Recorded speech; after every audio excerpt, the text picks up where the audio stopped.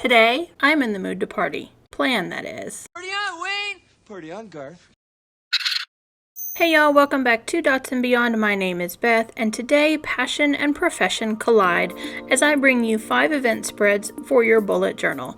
These won't help you plan a convention or a gala, but we can certainly turn that baby shower or birthday into a much more successful shindig than whatever Wayne and Garth have going on. Sorry guys. I am building these in my research and development journal, which is the A5 Archer and Olive Silver Crescent Dot Grid Notebook. Save 10% on your own Archer and Olive notebooks and supplies by using the code DNB10 from the link in the description box. This is not a heavily stylized setup, and the other supplies are a Pigma Micron in .05 and a small selection of Tombow dual brush pens.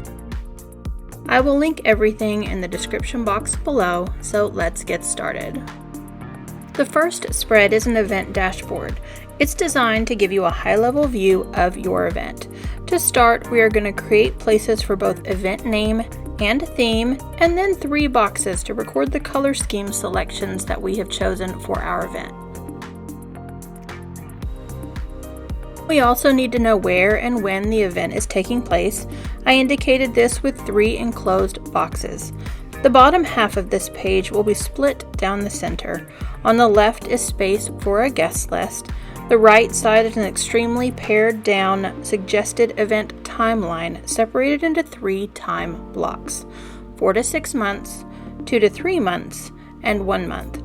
Again, this is for small events. I rarely start planning any event with less than a full year lead time, so my professional timeline is much different.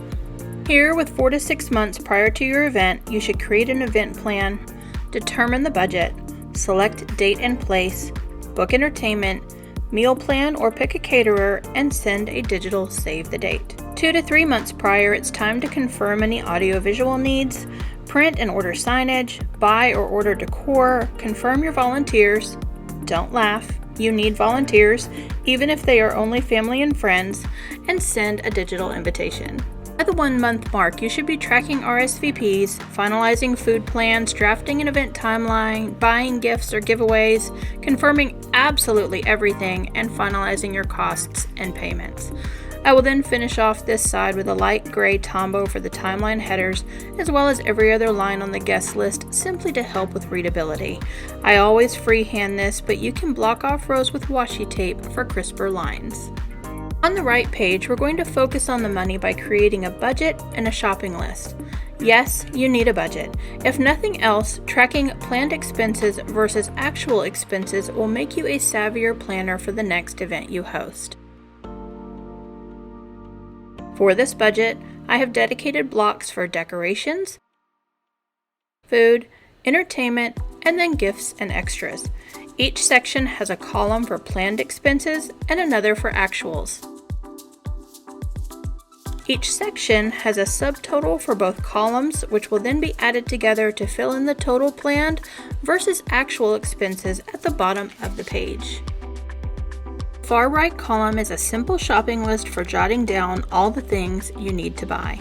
I'll finish this off by using the same gray Tombow to highlight every other line of the shopping list, as well as the headers and planned subtotals. For the actual subtotals, I switched to a warmer gray, but you could use a completely different color to indicate the difference in these 2 columns. You could also color code the various blocks by element type. Let's briefly explore how to fill this in. We're going to plan a baby shower with the theme Pink Princess Realness. What can I say? I watch a lot of RuPaul's Drag Race. It's going to take place at my house on January 5th at 4 p.m. And since this is a pretty pink party, I'll fill in the color scheme with a light pink, a hot pink, and a black. Y'all, we have to balance out all that pink. The guest list and shopping list are self-explanatory, so I'll skip those during this demo, but let's look at the budget. For decorations, let's say I budget $100 for flowers. I'll put that in the planned expense column, but because flowers aren't cheap, I spent $50 more than anticipated, so I put $150 in the actual column. Alternatively, I budgeted $20 for plates and other paper goods, but I went to the dollar store and I only spent about $10. We'll do the same for the food columns with samples for a cake, a cheap cake apparently, and finger foods. I think you get the idea.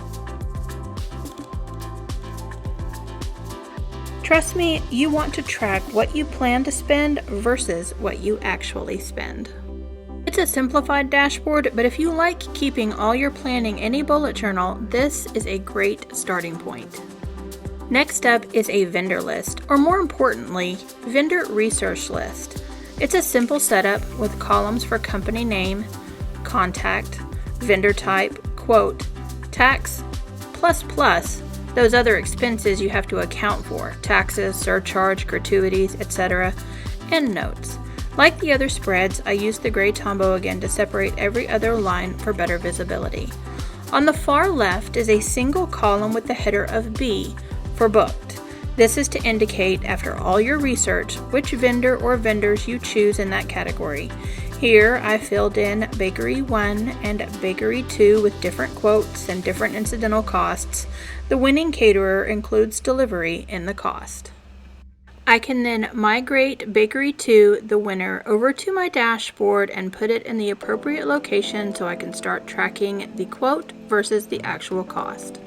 Another way to set up this list is to separate each of the vendors into their own block, much like we did the budget. Spread number 3 is an event day schedule, or time block. Down the middle in 4x4 blocks are the hours from 6 a.m. to 11 p.m. I do like to indicate when afternoon hours begin. Personally, I use a 24-hour clock, but most Americans do not. So from 12 p.m. to 11 p.m. I shaded the blocks gray. Much like an ideal day or morning-evening routine spread, this gives you space on both sides to map out your event day from arriving at the venue to the event itself, and then cleaning up and moving out. Mark delivery times, sound checks, or breaks. Please don't forget to schedule your breaks. You're going to need them. Moving on to spread number 4, which is a master calendar. Harkening back to our timeline, and we have 6 months to plan this event, so I'm creating 6 boxes on the page, 1 for each month.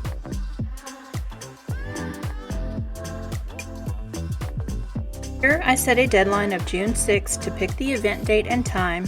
On June 10th, venue research will start, and by June 20th, I need to make a decision.